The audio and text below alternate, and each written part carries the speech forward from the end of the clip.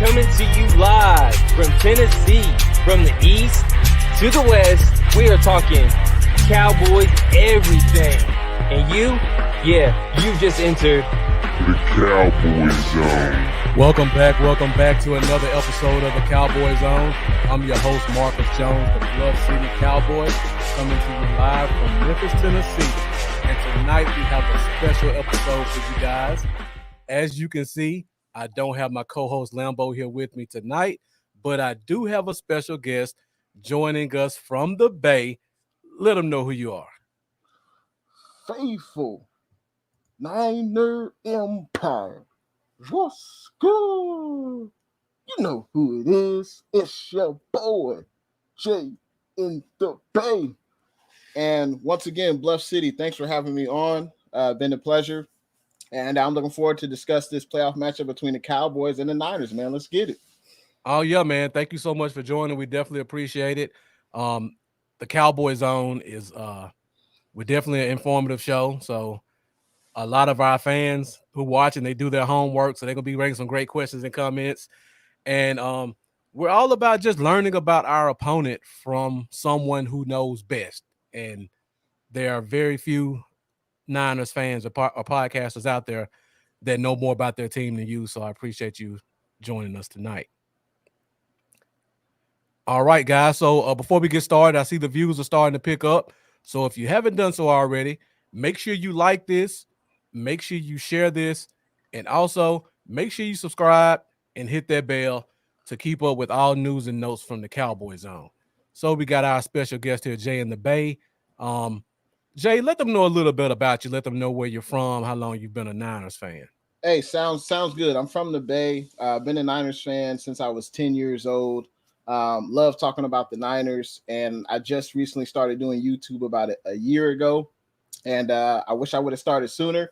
But I love interacting with the community, especially with the 49er fans. And it's always good to go back and forth with our opponents the week of the game. That's the underrated part of doing this YouTube thing. I didn't even realize, but it's fun to talk about our teams. At the end of the day, it's all love. But hey, at the end of the day, we want to win, obviously. So yeah, man, I'm excited to be here. I appreciate you for having me on, man. Yeah, no problem. So guys, you know, when we have a guest in the Cowboy Zone, let's treat him with respect. He's going to be giving us a lot of details that some of us as Cowboys fans don't know about the team. So if you have any questions, you have any comments about Jay or the Niners, we got no better guy to answer those questions with us right now. So let's light those comments up and let's get into it. And we'll start off the show with some of the major storylines going into this game. Storylines. All right, so from the Niners' perspective, basically what I've seen is two storylines that are really interesting to me, and they're both injury related. First of all, let's talk about your ultra talented left tackle Trent Williams and that elbow injury. What's going on with him, and can we expect to see him play this week because he's missed the past 2 weeks? Yeah, man. I mean, there's no doubt. Trent Williams is having an all-pro season. He is the best left tackle in the NFL. I'm not sure if you're interested in Pro Football Focus and their stats, but he's rated as the best player in the NFL. So I was definitely surprised when he did not play, the last game against the LA Rams. He did not practice the entire week, but let's be real. Trent Williams is a veteran. He doesn't need to practice every day. He's been in the league almost a decade, if not more now. But this is an injury that he's been dealing with for the last few weeks. And he said it himself today. He is expected to play. I wouldn't be surprised, though, if he's a limited participant in practice, if he practices at all. Yeah. But, hey, man, we're definitely going to need him out there going up against, Randy Gregory and DeMarcus Lawrence, that's for sure. But I expect the big silverback to be out there in Texas, man, facing off against them Cowboys. Yeah. I wish I could hate on Trent Williams. Probably the only left tackle in the NFL that I would say is better than Tyron Smith. I mean, if you look at their careers, they almost line up perfectly. I think Trent Williams came in the year after him They both went to like 7 straight Pro Bowls, all pros. They both are dealing with injuries later in their career, but when they play, they're still the best out there. Yeah. So definitely is going to be a major part of what you guys do in trying to stop our 3-headed pass rush, which we'll get to in a few minutes. So now I got to ask about the other big injury, and this is the one that, as a Cowboys fan, I'm going to hate it because they're going to talk about it nonstop during the game, and that's Jimmy Garoppolo's thumb. What can you tell us about that thumb injury and what he's dealing with? Jimmy G, that's my quarterback. Man, it's been a seesaw type of year for Jimmy Garoppolo. He's had his highs, he's had his lows. But hey, he's under center. Kyle Shanahan trusts him the most. Jimmy G, he missed he missed the game against the Titans, I believe. And that's when Trey Lance was in. I respect Jimmy. I don't feel you can ever question a player's toughness. And there's no doubt that Jimmy is a tough guy. He wants to be out there. And that was a gutsy performance last week against the Rams. Y'all saw it, man. We was down 17-0. Yeah. My faith was definitely tested in that game. But hey, Jimmy G, man, he brought us back. He was instrumental in getting us back into that game. He wasn't the only reason, but hey, he delivered some great balls out there. And we're going to definitely need him to do that against them Cowboys. But yeah, he's going to be a limited participant this week. We fully expect him to play, in the game. He's going to tough it out. He's going to get his shot up, an hour before the game. Right. And, he's going to give us his all. And that's what we can really ask for. And I got to say, what's good to Blue True in the chat. Blue True's 49er fan. Thanks for tuning in to the stream. Yeah, thanks for joining. Yeah, hopefully all is well for you on a Thursday night. Yeah. So this is the question about this game, but since I got you here, I got to ask this. As a Niners fan who follows the team, what do you think we're going to see in 2022? You think we're going to see Jimmy G under center or Trey Lance under center game 1? Yeah, there's no way in hell. No way in hell Jimmy G will be under center for the 49ers. The only way I can see it is if we won the Super Bowl, but even then, it's like we invested so many draft picks in Trey Lance, three first-round picks. Also, Jimmy G, he carries a significant cap hit. He's making $25 million a year. We have other needs on this team that we need to address, and we can definitely do that with Jimmy G's salary, off the books. So I anticipate, hey, Jimmy G's going to ball out. Right now, he's playing for his NFL future. He's trying to get a starting job for another team. I mean, he pretty much said it. He's pretty much said it today. He admitted, he was like, hey, this has been a trying season for me. And this is Jimmy G talking. He knows that his replacement is right behind him. His replacement is right there. So he's trying to audition for the other, 10, maybe 5 to 10 teams that could need a starting quarterback next year. He's trying to get, his starting job. So, I appreciate what Jimmy G has done for the team. But, in the best case scenario, he won't be on the team next year, and it'll be Trey Lance under center. Yeah, I'm looking at Jimmy G's contract right now. Next year will be the last year of his deal. He'll be 31. His cap hit is $26 million, and his dead cap is 1.4. So if they cut him, they will save $25.5 million. That's a lot of change. That's a lot of change that you can just take out the books just like that. Exactly. Get all that cash in pocket. Yeah. All right. Let's talk about another injury real quick, and then we'll get into some of these key matchups. You guys have just a stable of running backs. I mean, you talk about your Elijah Mitchell, who came out of nowhere as a rookie. You talk about Jeff Wilson, who's probably my favorite running back on you guys' team. And then we talk about the guy, the 3rd-round pick from Ohio State, Trey Sermon, having an up-and-down year. Yeah. But this week, I believe he was activated off injury reserve. Yes. So what do you think that your team is going to try to implement him in the scheme this week, or do you think it's just going to roll with Elijah Mitchell? It's unfortunate, man. I mean, Trey Sermon, as you said, a 3rd-round pick this year in this year's draft. We had high expectations for him, but let's be real. Elijah Mitchell, he raises this offense to another level when he's healthy. And right now, Elijah Mitchell is the best back on the team. And honestly, Trey Sermon, he is the last running back on the depth chart. I don't think it's any I think it's an on the field, just, hey, Jeff Wilson Jr., Elijah Mitchell, they're just better right now. And of course, with the emergence of Deebo Samuel, he's taking some carries as well. You figure 7 to 10 carries a game. So right now, Trey Sermon, he's just going to continue. He may be active for game day, but I don't anticipate him being a determining factor in the game plan. I think it's Mitchell and it's Samuel. And I want to see us use Jeff Wilson Jr. more because he's a tough running back, just like Mitchell, a little less speed. Guy too. Yeah, and he's tough. But for whatever reason, Shanahan, he loves to ride the hot hand. Jeff Wilson Jr., he suffered an injury. He's been back, I would say, the last 2 months. But when Mitchell is healthy, Wilson don't get no burn.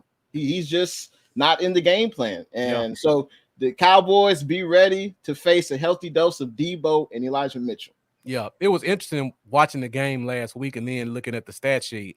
And again, I'm kind of a Jeff Wilson fan, and it's shocking to see your wide receiver has 8 carries, your running back has 20 whatever carries, and then Jeff Wilson has 0 carries in the game. Right. Just it's really interesting to see that dynamic in you guys' backfield and how successful it's been, honestly, because no matter who you put in the backfield, it works. Yeah, and it's part of that blocking scheme, and credit to the offensive lineman as well. But yeah, for whatever reason, Shanahan, he wants to just use 1 or 2 backs, and Mitchell has been banged up this year. Mitchell's having an excellent year. He's a rookie. 6th round pick.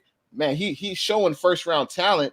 And to be honest, man, he has the 49ers rookie rushing record, I believe. He passed that this year.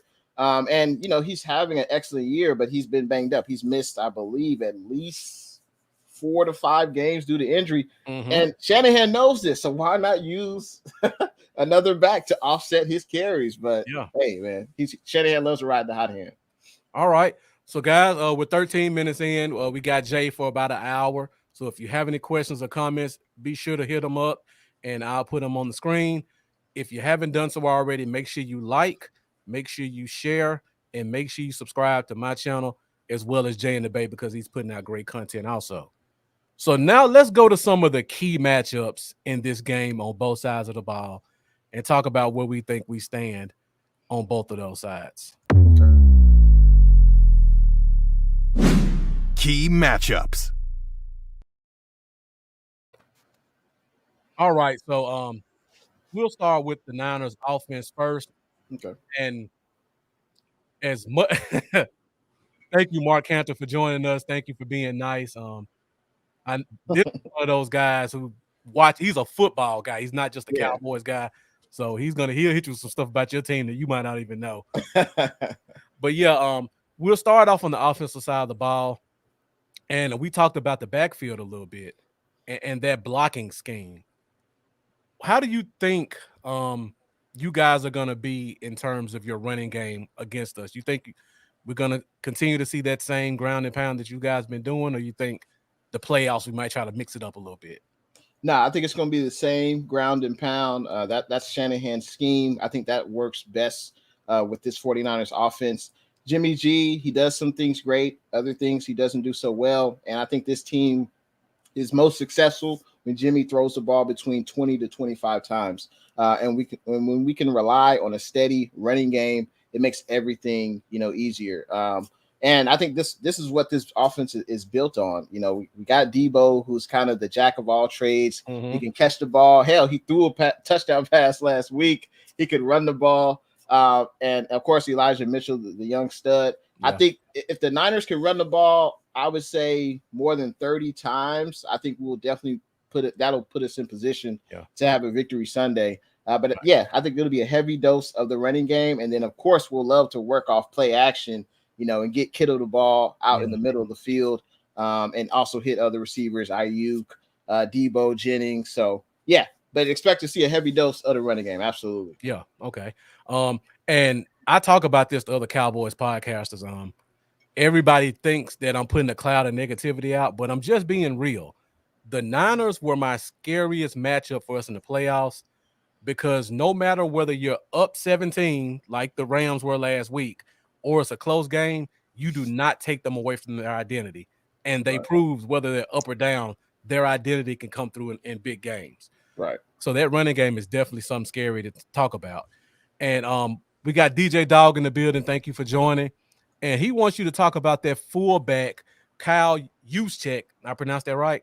Yes, sir. Yeah, Hey, yeah, Juice is a beast. Juice is a beast in the blocking game. He'll line out at wide receiver. He'll carry the ball, but it's pretty rare. But he's normally used in the blocking scheme. He helps these running backs. He helps open holes for the running backs. And like I said, he will go out and run pass patterns as well. Jimmy is known to throw to him in the flat. Hell, last week he had to be the emergency holder because our punter, got knocked out of the game. Yeah, and he held the ball for some kicks. So yeah, Juice, best fullback in the NFL. I know there's the fullback position. There's not many players that play that position anymore, but he's definitely the best in the NFL. And Shanahan loves to use him in a variety of ways. Yeah, I think it's really just you guys. That big fullback in Baltimore that used to play defensive end, and maybe Green Bay. That's about it at fullback, and your guys definitely head and shoulders above the rest of them. So Mark Cantor coming in with a question, and I didn't get a chance to hit on this. We talked about injuries. The major storyline for Dallas, we have no injuries right now. So we're projected to have all 22 of our starters and their backups. Nice. So Mark Cantor talks about your receivers, which I hit on in a minute, but he's wondering, can you keep that clean pocket? And what do you think your offensive line is going to do against our three-headed pass rush?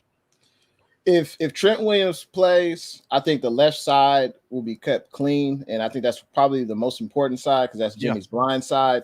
Now I'll be honest, our right tackle Mike McGlinchey, he got hurt earlier on in the season. He's been out for the rest of the season. So I didn't know that. Yeah, so he got injured maybe the second month of the season. He was our starting right tackle. We drafted him out of Notre Dame. Ago. But Tom Compton, he stepped in. He's been consistent there. We also had Jaylen Moore, who's a rookie we drafted this year. It was basically Moore and Compton who's going to be the right tackle. But it looks like right now Compton is the better fit. He's played well. He's been a good run blocker, good pass blocker. But we'll see what he does. Who normally lines up on the offensive right side for your defense? That'll be DeMarcus Lawrence. Lawrence, okay. Yeah. So that'll be an interesting matchup. That'll be a veterans. good matchup. They've been in the league for a while. Tom Compton, I'm sure he's gone up against DeMarcus Lawrence in the past.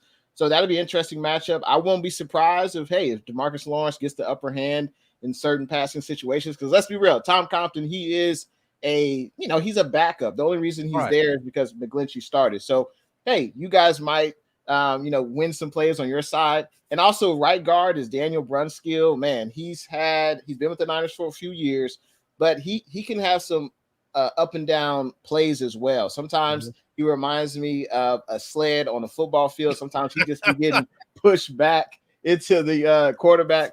So that could be an issue as well. But I feel like what Kyle Shanahan does with his scheme, I think I'm not going to say he neutralizes your star player or whatever like that, but usually they don't have big games because he knows what the defense wants to do.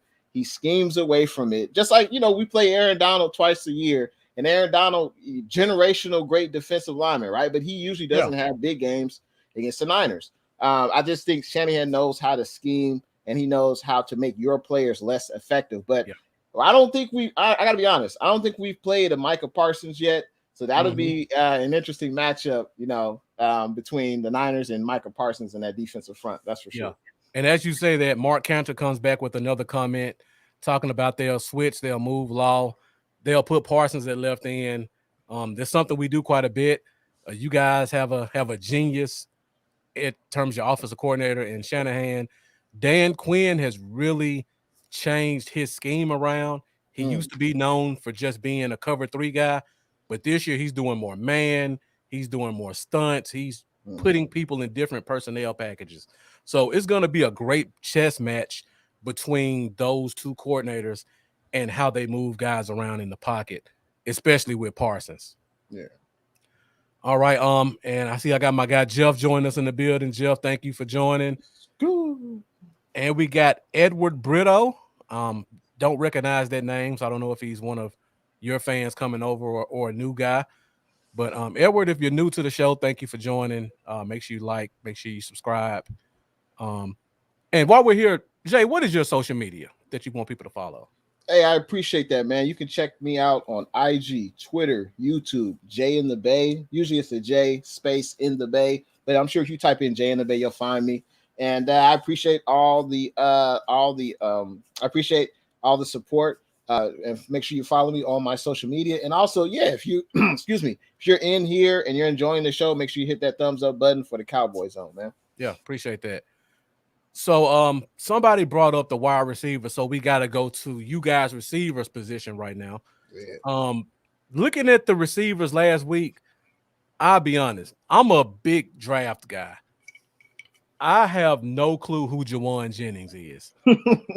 But that kid came out of nowhere. I mean, I know he's from Tennessee. Yeah. But I was focused on Josh Palmer in Tennessee. Yeah. I didn't recognize a Jaylen Jennings. This kid had a great game last week. Is that something you guys have done with him all year, or was that kind of his coming out party when it mattered the most? Oh, this was definitely his coming out party. This was a career game for Jaylen Jennings. Jennings was a 7th round pick. And he struggled in camp. And we actually had a receiver, Jaylen Hurst, who I believe went to Tennessee as well. This was supposed to be Jaylen Hurst. What we're seeing, Jaylen Hurst started in Tennessee, but ended up in Baylor, I believe. Okay, and Jaylen Hurst was supposed to be, the next what Jennings is doing now, but Jaylen Hurst dealt with so many injuries, and we eventually cut him this year. But it's good to see Jennings, and it's good to see him improve because he's a guy that's been on the practice squad. He's been on the active roster. He's been back to the practice squad, and it's finally good to see him establish himself in this offense. And I think he's our legitimate third receiver. We had Mohamed Sanu, who, he had his better years under Shanahan with the Atlanta Falcons. But let's be real, his prime years are behind him. So I'm glad we're sticking with Jennings. He's got a big frame, 6'4". He can be a mismatch nightmare for defenders that are definitely shorter than him. So I'm glad we're finally getting him involved. And there's no doubt. Last week against the Rams, that was his breakout party career game, and I'm looking forward to see what else he can do, in the playoffs. Okay. So DJ Dog asked the question, are you a big draft guy? Because some of us, we talk about the draft year round. I would say no. I'm not a big draft guy. You know your team, though. That's all that I know the team, but drafted, that's a whole nother level. I'm not there yet. Okay. And then Mendoza, the same thing I was thinking, Mendoza. When I saw him last week, I don't want Tim Patrick. I don't want whatever that nobody's name from Arizona was 2 weeks ago. I don't want a repeat of that. Yeah.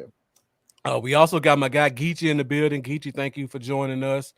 And we also got George Teague in the building. George, thank you for joining us. Definitely appreciate you tuning in.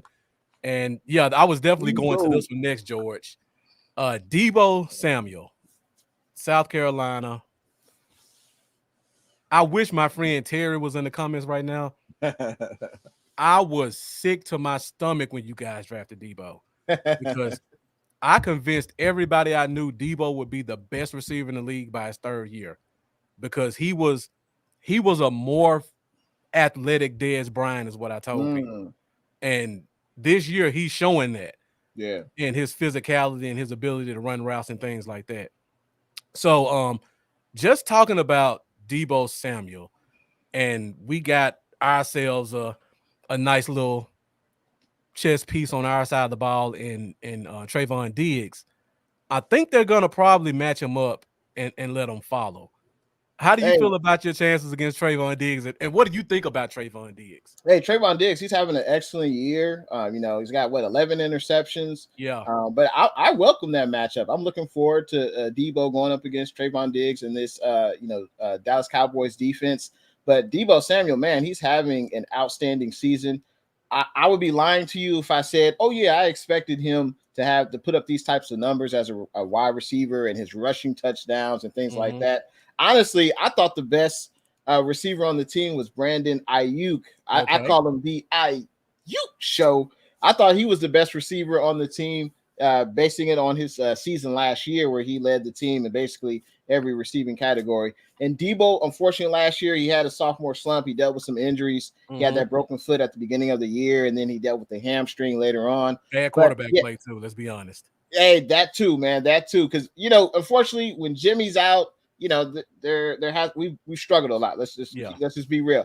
When Shanahan's been here, this is his 5th year. This is only our 2nd playoff season. So basically, Jimmy's been hurt a lot, and that's definitely affected the wide receivers and this entire offense. That's also another reason why we rely a lot on the running game. But Debo, when he's healthy, it just raises this offense to another level. He can catch the ball. He can run the ball. And he's not afraid of contact. Definitely not. Usually the first person who hits him doesn't bring him down. And I love the mentality that he plays with. The same with Kittle. And we definitely have to get Kittle more involved in this offense because we've seen what he's capable of. 10 catches, over 100 yards, a few touchdowns. We definitely need to get Kittle involved in this offense. Yeah. And guys bringing up great comments. Cynthia Bowen, thank you for joining us. Dallas Stars of Memphis fan club. Thank you for tuning in. My guy Geechee, another football guy, saying they do a good job of lining them up everywhere. Yeah. And then George T kind of following right behind him, saying they can hide him because he can line up in the backfield and motion away from Diggs. Yeah. And Geechee kind of say he doesn't want Diggs on Debo. That was one of the things that concerned me last week watching the game. And I guess this is the reason why. The 2 times you guys have played the Rams, Ramsey does not line up on Diggs. And I just don't understand why they put 5'9" Darius Williams on a monster who's a big, strong yak guy. Like, I watched Debo with the defensive end on his feet, stiff arm a corner to the ground. Yeah. And I jumped out of my seat.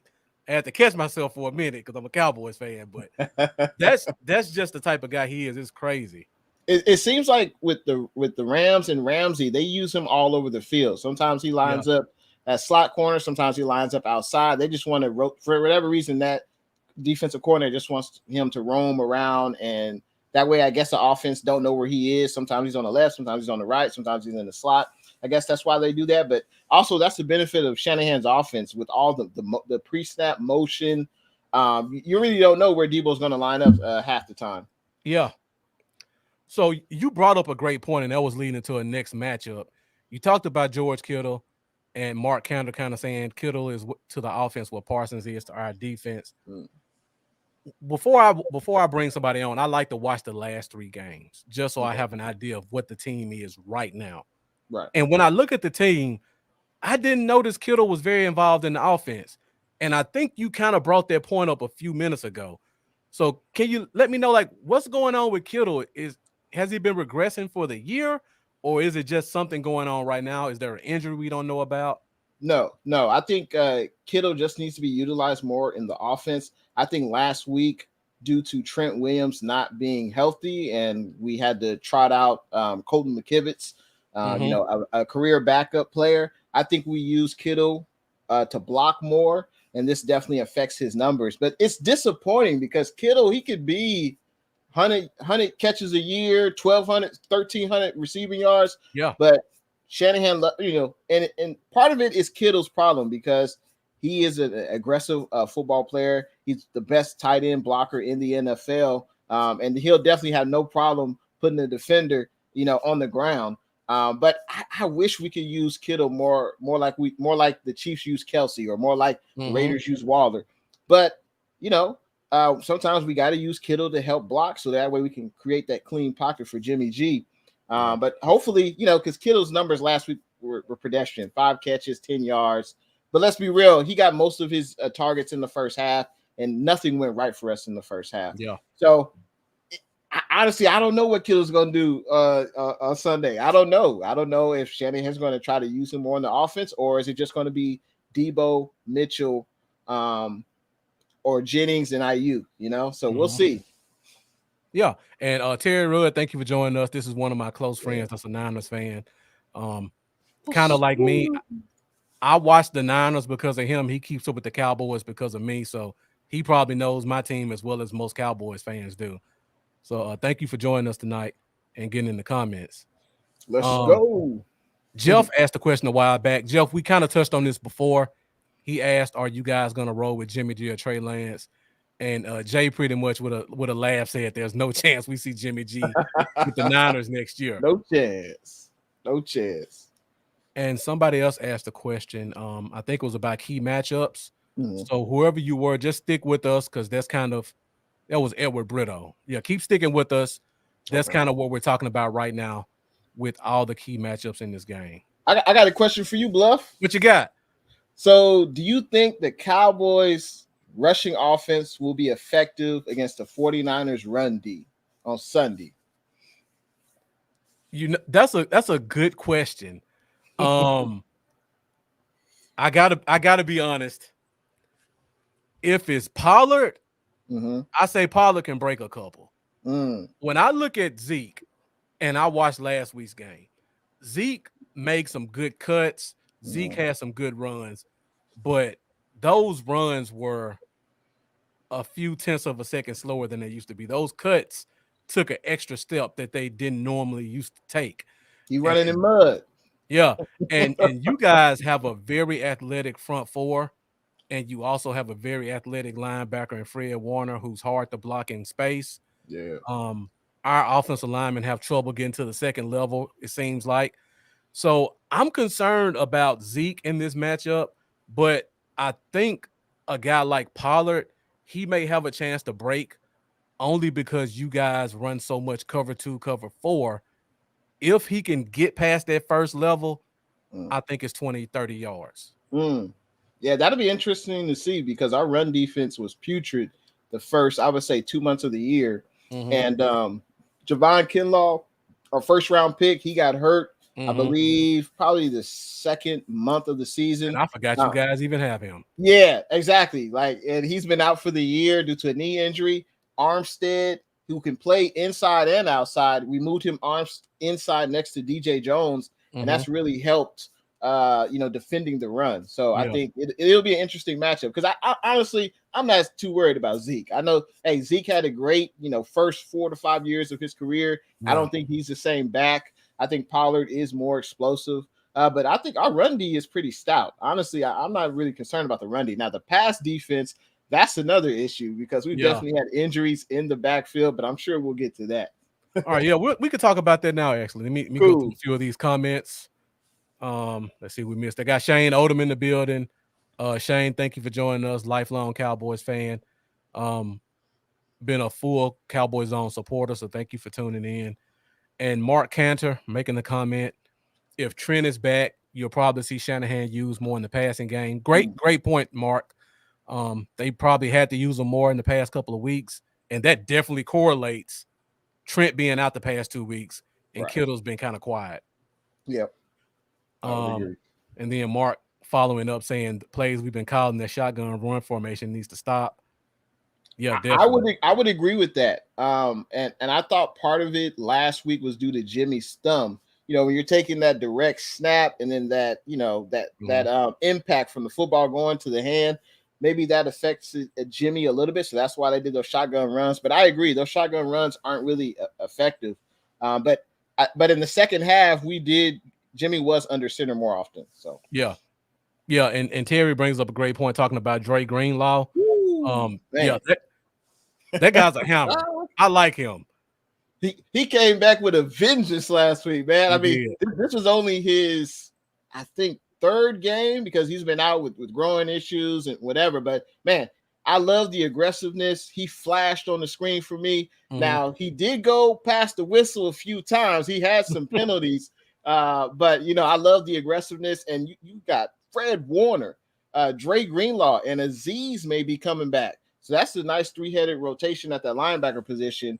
And all those guys love to hunt and love to eat. So I can't wait. Okay.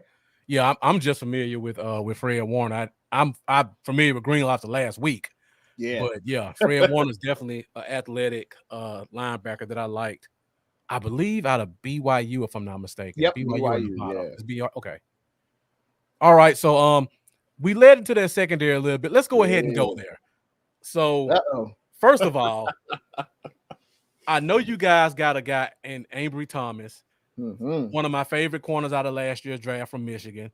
Who's on the other side? Because I don't even know. I know it's not Josh Norman. I know it's not Josh Norman. I hope no not. more. Not no more. Okay. Thankfully, I mean Josh Norman. Hey, he was the peanut puncher, and when he was forcing fumbles, he was good. But other than that, he was either getting burnt or defensive pass interference penalties. Now on the opposite side of Ambry, you got Emanuel Mosley, who just came back last week. Okay. I think he's probably played at least 12 to 13 games, but he's battled injuries this year as well. But Emanuel Mosley, he is, I think, our best corner when healthy. Okay. And I think now that Josh Norman is just on special teams, you'll see Emanuel Mosley, you'll see Ambry Thomas opposite of him in the slot, K'Wan Williams, and K'Wan Williams was out last week.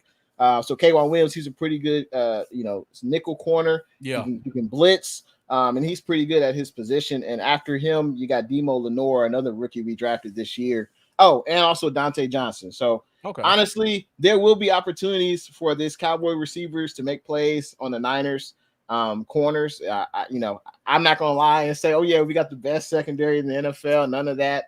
But yeah, Jimmy Ward, Jaquiski Tartt, they're two pretty good safeties when they play together. But honestly, a secondary's best friend is the pass rush. Without a pass rush, anyone can be beaten in secondary. So, all right, let's stick with the secondary for a minute, and then we'll come back to the pass rush because outside of the running game, this is what you guys are really known for. Yeah. So, and this is from a Niners fan saying that. But yeah, talking about the secondary. Does Jimmy Ward play in nickel anymore, or has he kind of settled into their free safety spot? He will. I think for the most part, he plays that safety, but he will come up and play like a tight end. I'm trying to remember what game it was. That's what I was leading into.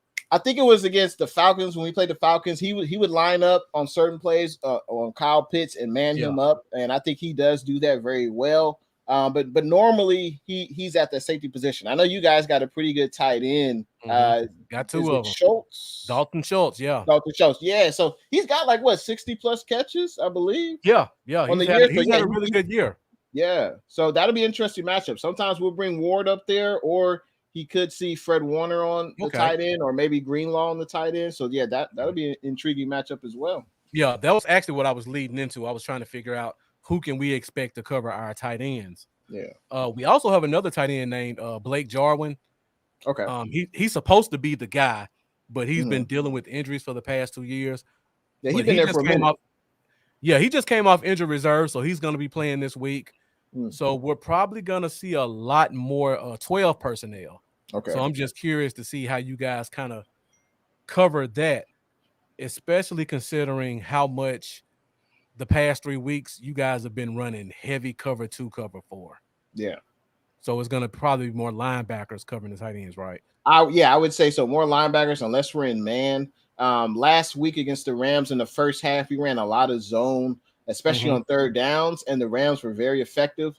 And we got to talk about third down, because I think that's the money down. That's one of the most important downs in the NFL. Obviously, if you get positive yards on the first 2 downs, your third down will be a lot easier to convert. But I can't lie. The Cowboys, the last 3 games, I think you guys have been completing about 50% of your third down conversions when you're on offense. And honestly, the Niners defense has struggled a little bit.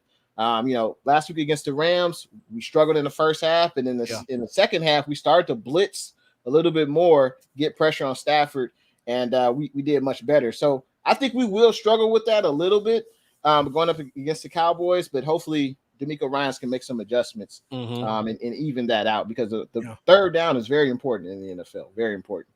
I'm glad you brought DeMeco Ryans because that's a guy I was really shocked to see how great of a job he's done as DC. I thought when you guys lost Robert Saleh, we were going to see a drop-off. But DeMeco's come in, put his touch on the team, and you guys are up and rolling again. It's amazing. You think you're going to lose them this offseason? They love no. They love young D coordinators now. I hope not. I mean, he, like you said, he's having an excellent year, especially with Jason Verrett, our top corner, going out the first game of the year, and Emanuel Mosley also going out. So, man, he's had to work with Josh Norman, Darquez Denard, Dre Kirkpatrick sometimes at corner. These are guys that we've picked up. So, obviously, Chris Kraseric, our defensive line coach, he should get a lot of credit too for getting the most out of players. Of course, you got Nick Bosa, you got Armstead, you got DJ Jones, but Arden Key, who was drafted by the Raiders, didn't really stand out there. Yeah. And he came over to the Niners, and he's been coming on the last, I would say, month and a half of the season. He's been. And I didn't even know you guys had him. Yeah, we needed him. I'm glad we got him, man. Because y'all know D4 didn't work out. You know that didn't work out. So that was a huge waste of money. Yeah. I mean, he was solid the Super Bowl year 2019, but other than that, he's just been hurt. You know. So yeah. And Mark Cannon saying he's sick of you guys being nasty on defense by stockpiling draft talent. Certain teams just have it when it comes to certain positions. Yeah. And you guys, you hit on D-Linemen. So let's talk about the D-line a little bit. Yeah. And you've thrown a bunch of names out, but there's one guy on you guys' defensive line that I've always been a fan of, and I don't think he gets the praise he deserves. And that's Kentavious Street. This dude is a lunch pail, grinded out, whatever you need me to do, coach, I got you type player. I remember him coming out of NC State. I was really high on him, and he was a bit of a tweener. And I've seen him play defensive end, 1 tech, 3 tech. It's ridiculous how you guys use him on the line. Yeah. Talk about Street a little bit and what he brings to the D-line. I think he brings that versatility, as you mentioned, man. He can line up anywhere on the defensive front. Sometimes we need to spell Bosa or we need to spell Armstead. He can fit in there. I just think for Street, there's just a few guys that are ahead of him because we have a lot of talent on that defensive line. I think we can go about 8-9 guys deep. But yeah, Kentavious Street, he's doing an excellent job. I think he's best next to DJ Jones in that defensive tackle technique. But he's doing an excellent job. I think a lot of the defensive line, honestly, that's the best part of our defense, I think. I say the best last, yeah. Yeah, I think obviously you got All-Pro Fred, you got Jimmy Ward in the secondary, Emanuel Mosley, Ambry Thomas is playing well, but the defensive line sets the tone. I mean, I don't know how you feel, but I think games are won and lost in the trenches. Definitely. And if the defensive line can't get pressure on Dak, he's going to have a field day. I'm just being real. Yeah. We're going to have to be able to get pressure on Dak. Mark, I definitely love this comparison. Street was also before Osa Digizua, yeah. One of those guys who was kind of a tweener, probably about the same size, 6'3", 285, but they just play big inside. And you can put them outside, and they'll make a play or two for you. Not household names, but guys you definitely want on your team. Yeah, absolutely. And we're going to talk about the big guys in a minute, but I'm a draft guy. And just like Mark Counter said, because he's a draft guy too, you guys have names on your defense that we loved going into the draft. And I just want to know how you use them. Maurice Hurst, the kid from Michigan who had the heart thing, dropped to the 5th round, probably was a first-round talent. How are you guys using him? Hey, Maurice Hurst, another former Raider we signed this offseason. And he was supposed to start next to Javon Kinlaw. But Hurst has been battling a calf injury all year. And he hasn't played very much, but he's used inside. He's used as a defensive tackle next to DJ Jones and Eric Armstead. Yeah. But honestly, he hasn't played much. We haven't seen him. Okay. So it's unfortunate because he's been literally dealing with that calf injury for the entire year. And I'm trying to remember if he played last week. I don't think he did, but I think he is practicing right now on a limited basis. So we could see a Maurice Hurst sighting because the D-line, you got to keep the guys fresh. It's always good to have, 8-10 defensive linemen that can go in and try to get pressure on the quarterback. So and hopefully we'll see him on Sunday. Yeah, we're the same way on our team. We like to keep a fresh rotation of defensive linemen. I got one more guy to ask about, and then we'll talk about the 2 big guys that you guys have. Okay. There's another guy in the draft, 2017, the Taco Charlton draft. I know that's a sore subject for Cowboys fans. But Jordan Willis was drafted in the 3rd round out of Cincinnati. And for some reason, he just didn't work out there. Yeah. And he comes to the Niners, and he's just making plays. Yeah. Like, again, not a special guy, not a household name. But if it's 3rd and 6, he's going to bring you a pressure to make that quarterback throw it quick. Talk about what he's done for this team. Hey, absolutely. Jordan Willis, I think we traded for him last year. from the Bengals. And he had a pretty good preseason this year. He did have a suspension, so he did miss, I believe, 6 games this season. But he's been coming on. He can rush the passer, opposite of Nick Bosa or opposite of Arden Key. And we like what he brings. Usually he plays about 15 to 20 snaps a game. And, I think our defensive line coach, Chris Eric, he's one of the best defensive line coaches in the NFL. He tries to get the most out of, every coach tries to get the most. But I think we really see the production. We see other players who, hey, Arden Key was not productive with the Raiders, and he comes over to the Niners, and he's having a pretty good season. Hell, we're going to have to spend a few dollars in order to keep Arden Key next year. He may get $6 to $8 million per year on the open market. So, he's definitely getting the most out of the talent that we have. And we can't thank him enough. Chris Kusarek, the defensive line coach. And Jordan, he's getting the most out of Jordan Willis as well. I'm not sure about Jordan Willis' contract. He may be a free agent after this year, but he's another guy we should definitely keep. Yeah, he was a 2017 draft guy. So more than likely, he'll this be is probably his last year. Yeah. So. Your defensive line coach is definitely going to get guys paid. Mm-hmm. Because Terry brought up the name Buckner, who I thought he was overpaid. He's a talented guy. Yeah. That was a lot of money the coach gave him. Hey, man, I can't blame him. That's a sore subject for the faithful, for the Niner Empire. We chose to keep Armstead over Buckner. And if I'm being real, Armstead had one great year since we drafted him out of Oregon. That was in 2019 when he had Bosa, he had Buckner, he had D Ford. He was eating. He was eating on a lot of one-on-one matchups. Last year was a down year. Bosa was out for the whole year. There wasn't much around him. This year, arguably, Armstead is having his second best season, I think, for the 49ers. The first one, obviously, coming in 2019. Okay. But a lot of Niner fans thought we should have kept Buckner, that, he was the heart and soul of this defense, I would say. We traded him for a first-round pick.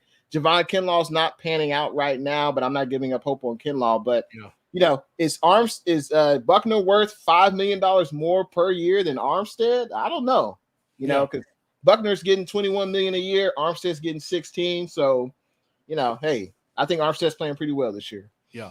Before we talk about Bosa, I got to bring up another guy because I watched a couple of Niners podcasts, and I kept hearing everybody bring up the name Ebukam. I think I pronounced it right. Yeah. Who is this guy? Tell me about it. So he's he was a former LA Rams player, so we know him well. We signed him this year on a free agent deal. It's like a 2-year deal. The first half of the season, didn't really hear too much from him, but he's been coming on the last, I would say, month. He primarily is a defensive end, and he just rushes the passer. He does good at excelling at getting pressure on the quarterback.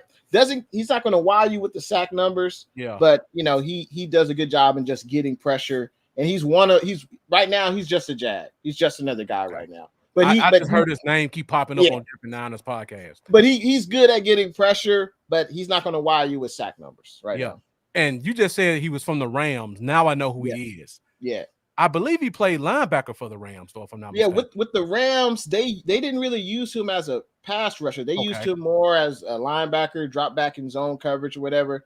I don't think that's necessarily what he's best at. I think he's best at just rushing the passer. Okay.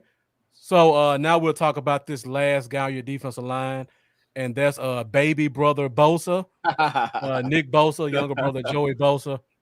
Having a great year. Coming off the injured play last year. I believe he has 15 and a half sacks, if I'm not mistaken. Yes. Yeah. Talk about how you guys use him. Is he strictly a right defensive end? Does he move around the line? What can we expect to see? Man, I got to tell you, I think the Arizona Cardinals staff, organization, their owner, their GM for drafting Kyler Murray ahead of Nick Bosa, because, man, we got us a generational talent at the edge rushing position, man. As long as he can stay healthy. Last year he had the torn ACL, but he's having a bounce back year. I think he definitely should be in consideration for comeback player of the year. But yeah, Nick Bosa, normally he lines up on the offense's left side, but D'Amico Ryans has been, moving him. Sometimes he'll stand up in front of the center and rush. Sometimes he'll line up opposite of the right side, so he'll line up on the other side of the line of scrimmage. But yeah, I think for whatever reason, I don't know if it's Bosa doing this on his own or D'Amico Ryan just saying, "Hey, you can rush from all 4 positions basically," and that's where that's what Bosa has been doing. I would say the last month, but primarily he lines up on the offense's left side. Okay, so when I watched him play the last 3 weeks, he has a very unusual stance. It's almost like he's on his fingers and his head is damn near touching the turf. Yeah, when he comes off. Is that something he's always done, or is that something he's kind of implemented in his That's game? something he's done since he's been in a Niner uniform. Like he's in this almost like a sprint stance. Like he's getting ready to take off from the blocks, you know. And that's usually what happens. Man, he's our best defensive player, arguably. You could say Armstead, you could say Warner, but there's no doubt the pressure that Bosa brings, it just changes the offense. Like Dak Prescott is going to have to know where's Nick Bosa at on every snap. Also, I don't know if you noticed, but Nick Bosa, he's been double teamed, sometimes triple teamed, and that allows the other guys to have one-on-one matchups. And they've really been feasting. Like Armstead, I think he had 7 tackles last week, 2 sacks. So Arden Key's been coming along as well. So the pressure, I should say, the attention that Bosa gets helps the entire defensive line for sure. Okay. Yeah, and I was seeing Mark Cannon saying, I wish I got no hate on Bosa. I wish I could just come in here and hate on this team, but very talented team should make for a very good matchup. Absolutely. We have some advantages on our end, specifically at wide receiver. I think tight end is going to be a good matchup for us. You guys definitely have some advantages in your run offense and your defensive line because our guards have a tendency to struggle, and our center does as well. Let me ask you this question while I'm on defensive line. How often do you guys play like an inverted 3-4 or 5-2 where you put a defensive tackle head up on the center? Does that ever happen? I don't think so. Normally, it's just your standard 4-3 or nickel, but normally we don't put a player over the center unless it's like a blitzer.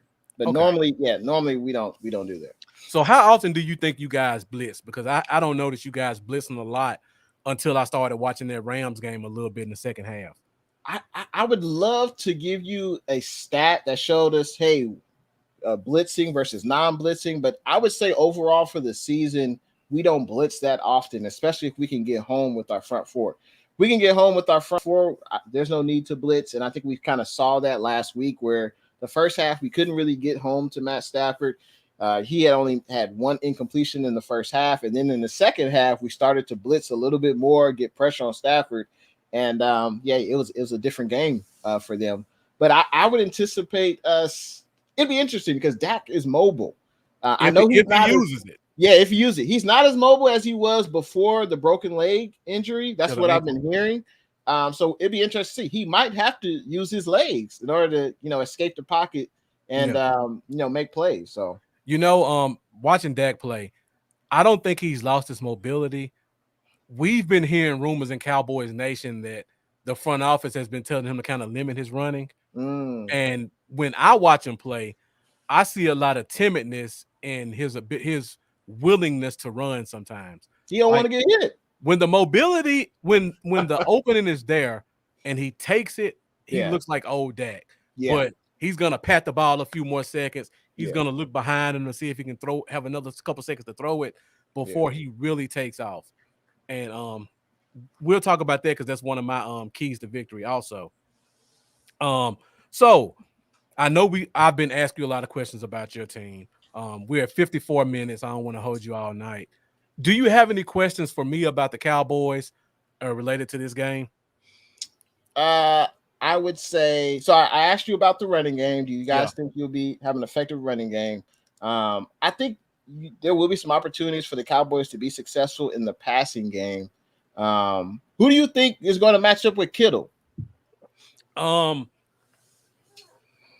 Most fans are going to say it'll be our safety, Jaylen Moore. I heard about him. He's coming back from injury, right? Injury. We sat a lot of guys against the Eagles last week. Okay. we knew we were going to win that game. We own the Eagles. I Yeah. hope there are some Eagles fans in the comments, but yeah, we own them. We sat a bunch of defensive players. We were down to our 4th and 5th corners in that game. Wow. Okay. So everybody's healthy. Curse has had a very good season this year. We don't use them against tight ends as much as people think we do. I think you'll probably see more of a Keanu Neal, Leighton Vander Esch, some type of zone in the inside going against Kittle. I don't think we're gonna just have a guy locked up on him. And Mendoza, another football guy. He asked about Jaylen Moore. You brought his name up briefly before, but how has his rookie year been? Yeah, so he hasn't seen much action. He has started when Trent Williams has been hurt, but the sky is the limit for Jaylen Moore. Hopefully he can earn a starting position next year. That's what I'm hoping, but he's definitely a talented rookie. I believe he was our 5th round draft pick. So, man, we definitely got a gem in him, but he just needs to see the field more. But right now, he's behind the current starters, whether it's at right tackle with Tom Compton there. We've even used him at the guard position as well, but right now Brunskill is ahead of him. So we'll see what he does next year in training camp. But great question, though. Yeah, Mendoza, don't make me start throwing my draft hat on now because I'll start asking about Aaron Banks from Notre Dame. And yeah. Hey, quick thing on Aaron Banks, man. 2nd round draft pick. He's supposed to be our starter, right? Loved him. But for whatever reason, he's not translating right now to the NFL. He was supposed to come in and be our right guard, starting right guard over Brunskill, but that didn't come to fruition. So I'm not saying he's a bust or anything. He's still got plenty of time to grow, but he should be able to take over that right guard position next year for Brunskill. He's a 2nd round draft pick. Honestly, we shouldn't have even drafted him. We should have got the man. What was it? Not Patrick Surtain. It was in the 2nd round. Exactly, 2nd round corner. I think the Chargers picked him up. Oh, you're talking about Samuels, right? Asante, Asante Samuel the second or junior. Yeah. So we should have got him because we needed corners. But hey, I understand you want to develop the team. You want to make sure we're good in the trenches. I respect that. But hey, he's not starting. So yeah. And Mark Hanna, you say I want to know why. I'm assuming you're saying about LVE. Go ahead and let me know in the comments. And Terry Rudd asked the question. And Terry, be more specific on this one because we talked about this before. Do you mean what you're going to do with him in this game or for the future? Trey Sermon won't see the field in this game, maybe on special teams, but I wouldn't say he's been in the doghouse. It's just that Shanahan feels like Mitchell is on another level right now, and I can't really. Yeah, Sermon, he's basically played in what I want to say 2 or 3 games on the offense. At most. So he just hasn't really been given an opportunity unless he's the only guy left. I'm just being real. Shanahan would rather see Mitchell, Debo, Jermichael Hasty, Jeff Wilson Jr. Sermon, honestly, he's the last guy on the depth chart in the running back position, and that's unfortunate because he's a 3rd round pick. So that's unfortunate. All right. So I see we woke Mendoza up. This is another guy, Jay. This is the type of dude who follows every team and all the draft picks. And every episode he brings up the name of a guy I've never heard of. Demo Lenore. And who is that? What position does he play? He plays the cornerback. Okay.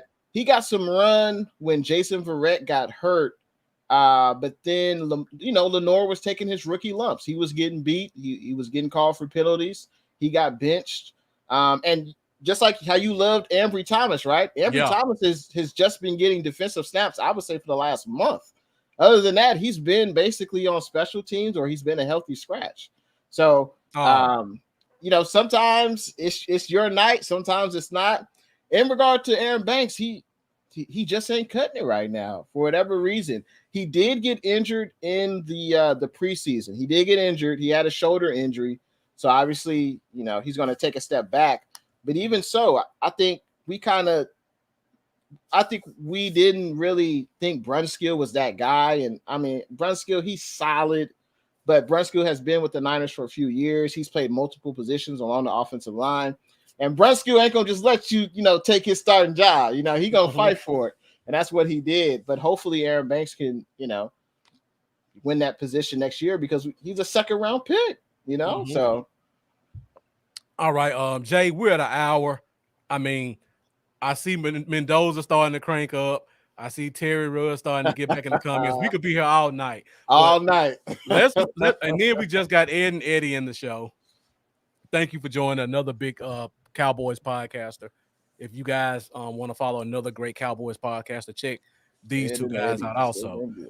So if you can give me 15 more minutes, Jay, we'll close this thing out. Hey, that's cool. Okay. So before we go to keys to victory, I wanted to ask you, I don't know if I asked you this already, but what matchup from our team concerns you the most? I would say probably the right side of our offensive line going up against your defensive line. I would say that's got me a little concerned. Okay. More than corner? I think if our pass rush is consistent, I don't think I know you guys are going to score some points. You're going to get some yards. Yeah. I mean, we both are. It's going to be a close game. Yeah, I think it's going to be a close game. I think it's going to be high scoring. The corners, Ambry Thomas has been coming along. He got an interception in overtime. Yeah. Emanuel Mosley, he's pretty good. I think the one concern I have with our secondary is the defensive pass interference penalties. I think we lead the league in defensive pass interference penalties. I would say in the middle of the season, I would say between about week 6 to week 14, we were at our worst. We were getting like 2 to 3 of those type of penalties a game. Lately, we've cleaned it up. So we have been doing better in that area. But as long as we can keep up with the receivers. I mean, do y'all have a burner? I mean, I don't know. Y'all, okay, so we don't. All of our receivers are 6'3", 4'5". Well, Coop allegedly runs a 4'3". I haven't seen it in 2 years. Yeah. Maybe when he got drafted, but I really see that.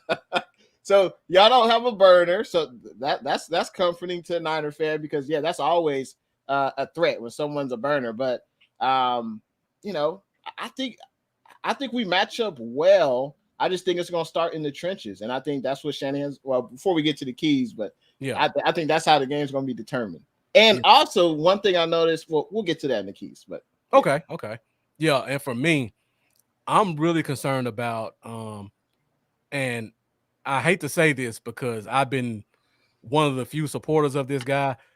I'm concerned about seeing Anthony Brown lined up against Brandon Ayuk and against Deebo Samuel. Now, you mentioned earlier in the show that you thought Ayuk would be the best receiver going into the season. Tell the people why you thought that, because I don't think anybody else who's watching would have thought that from the outside looking in. Based off his last season's production, he was the best wide receiver we had. He's very quick in and out of his routes. He's got pretty good hands. I think he's deceptive in his route running. And, man, I just thought, especially with Deebo, he didn't have much of a season last year. He was in and out of the lineup with injuries.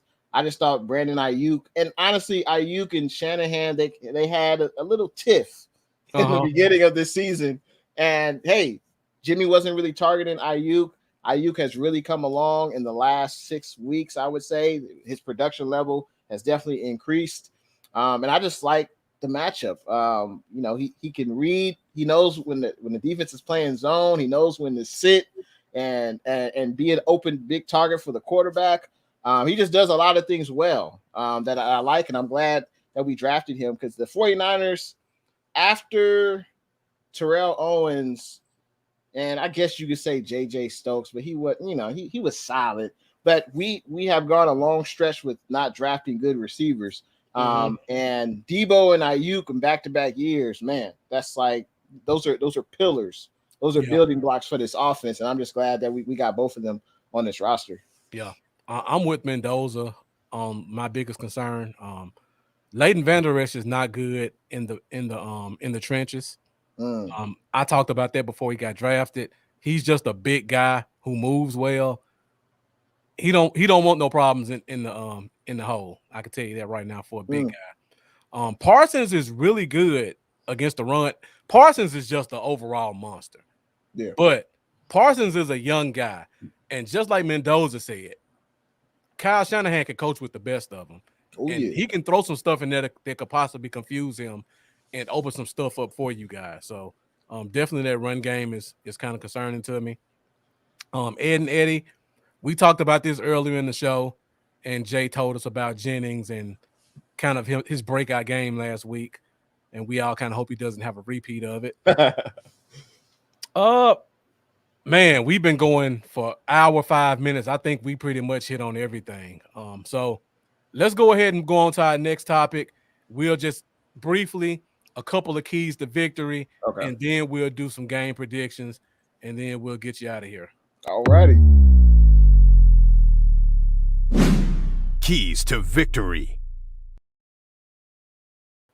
All right, so since you're the guest, we'll let you go first. Just give us 3 keys to a Niners victory this Sunday. All right.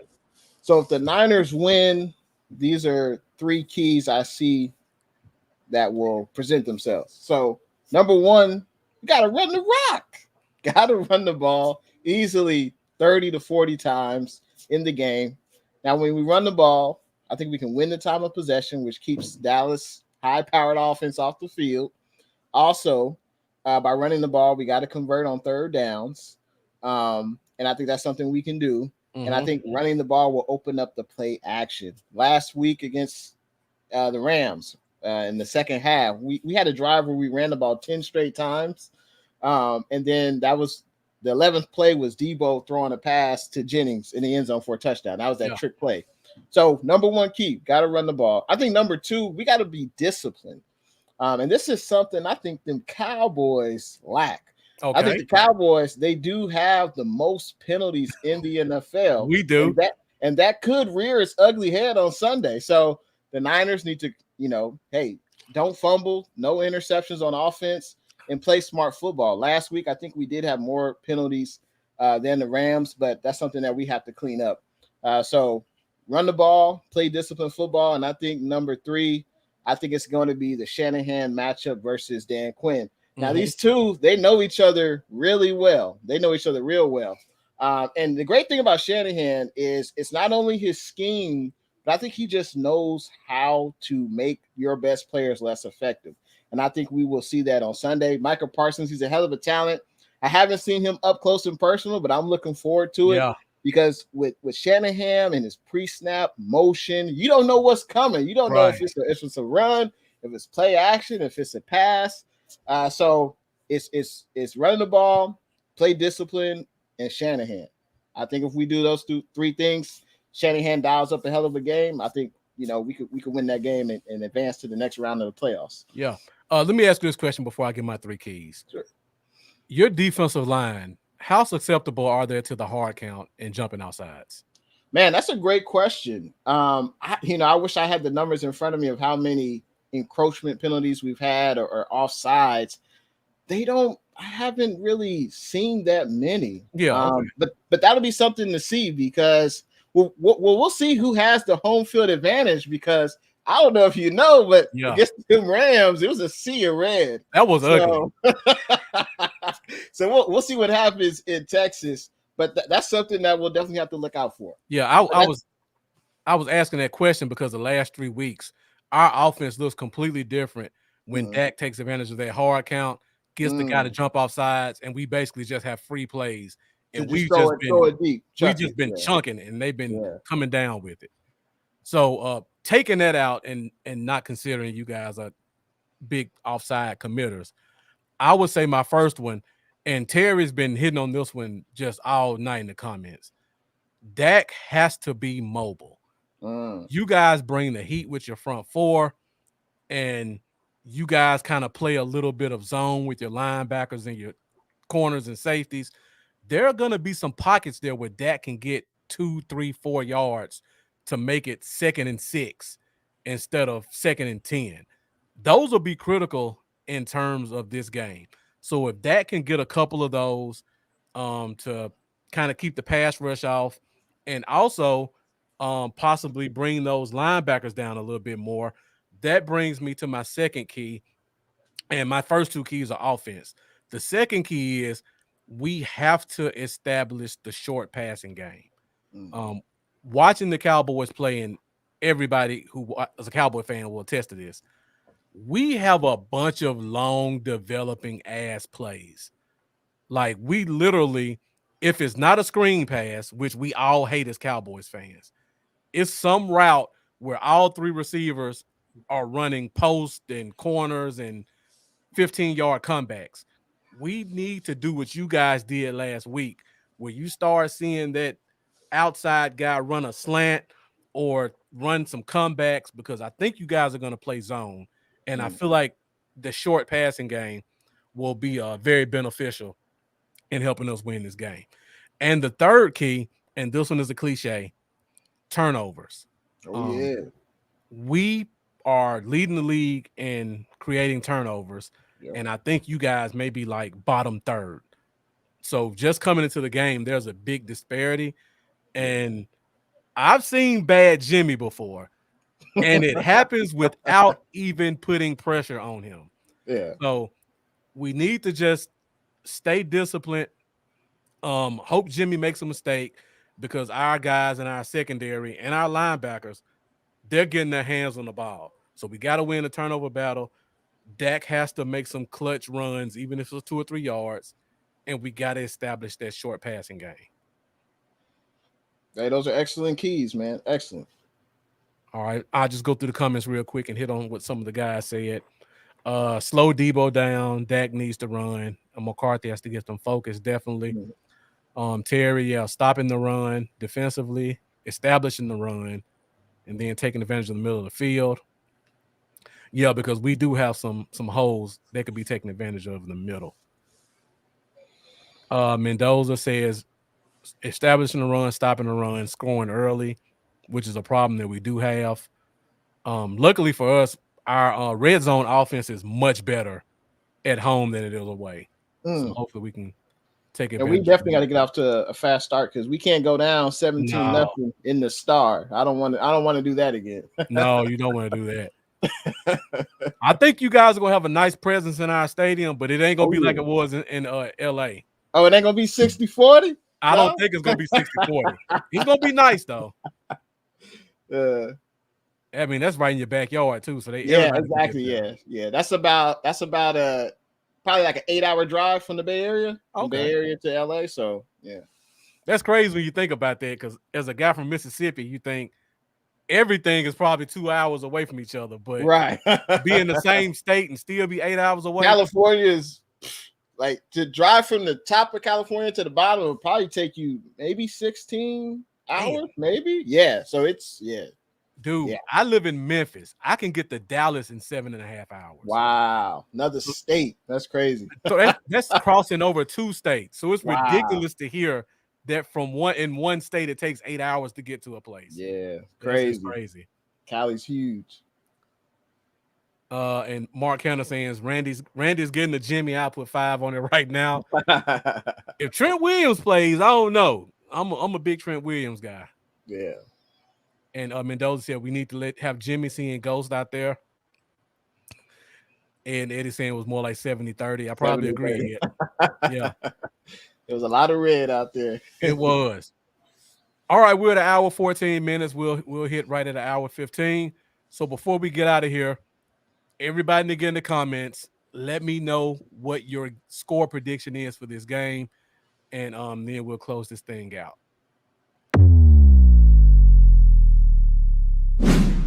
Game prediction.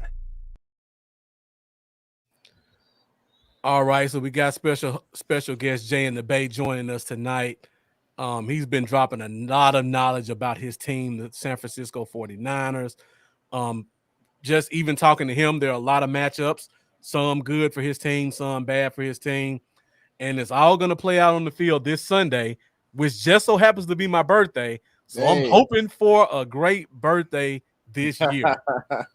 So before we get out of here, Jay, let us know what your game prediction is for this week. Well, happy birthday, Bluff. Thank you. And thank you for allowing me to come onto your platform and talk about, the Niner Empire. But yeah, I think it's going to be a competitive game. I think it's going to be a close game. It's going to be back and forth. I mean, we haven't played you guys this year, so it's going to be exciting on another level. But I got the Niners winning this game, baby. Of course. I got the Niners winning, I'm going to say 34-27. Okay. I see we got Beard Gang in the building, Brian Duplay. 45-17. I don't know. These are real fans right here, Jay. I don't know if the Cowboys, we didn't really touch on this, but I don't know if the Cowboys, we did a little bit, but I don't know if the Cowboys offense has faced a defense like the Niners. Like you talking about the pass rush, in addition with the linebacking core, the secondary, even though the secondary is it's hit or miss, but it'll be interesting to see because I was looking at your schedule and I mean, we got the NFC West. That's the toughest division in the NFL. And y'all got, the Eagles, the Giants, Washington. So we'll see though. We'll see. Now, I will say this. Looking at what I've seen from you guys, the two teams we've played that remind me of how you guys play. One and Mark Canner. Soon as I think about it, Tampa Bay. I agree with that. They're very heavy with their front four, and their corners aren't very good. So I was going to say Tampa Bay. And then another one I was going to put out there is, I don't know if you could say that for every week, but Oakland. Okay.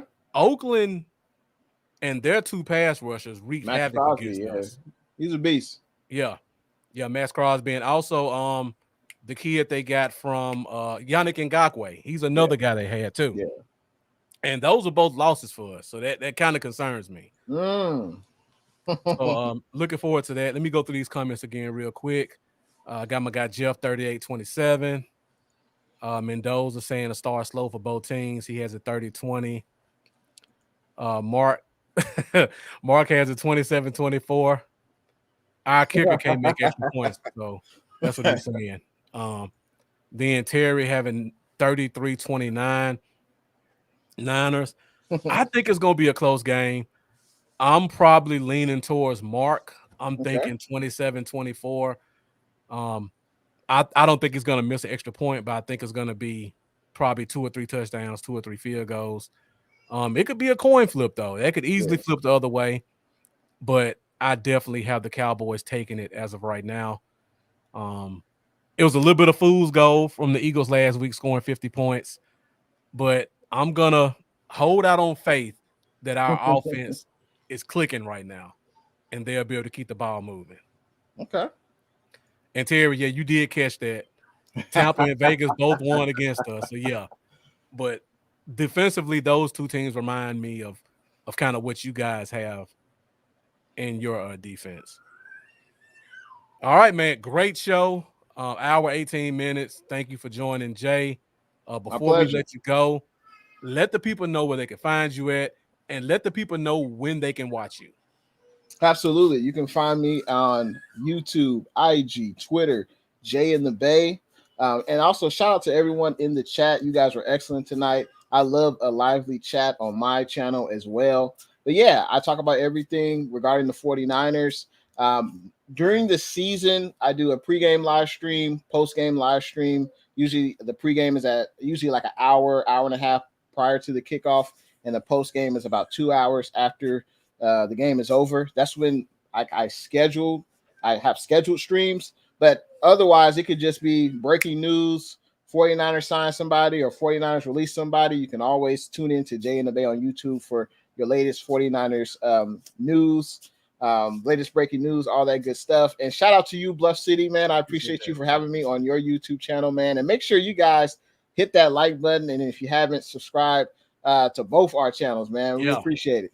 Yeah. And I'm a big draft guy, so if you need anything during draft season, let me know. Okay. It doesn't have to be Cowboys focused. I'll come and talk about whatever you need me to talk about. Hey, I appreciate it. Yeah, I got to have you on my channel, in the near future, man. Absolutely. Yeah. And Terry said you got a new subscriber in him. Hey, appreciate you, Terry. This is a tough dude to please. So if he said you got to subscribe, you did a good job. I did so good. All right. All right, guys. So thank you for watching the Cowboy Zone. You can find me Facebook, Instagram, YouTube, Bluff City Cowboys. You can find me on Twitter at Bluff Cowboys. I think we're gonna go back to our off-season schedule where you can find us every Thursday at 8 p.m. Central Standard Time at the Cowboy Zone. My co-host Lambo wasn't here tonight. As you guys know, he's in the process of selling his house. And I think they got the inspectors coming in tomorrow. So I think his house is sold. So within the next couple of weeks, you'll probably see myself and Lambo chopping it up in the offseason, talking about all things Cowboys related. So thank you guys for watching. As always, you guys fuel the show.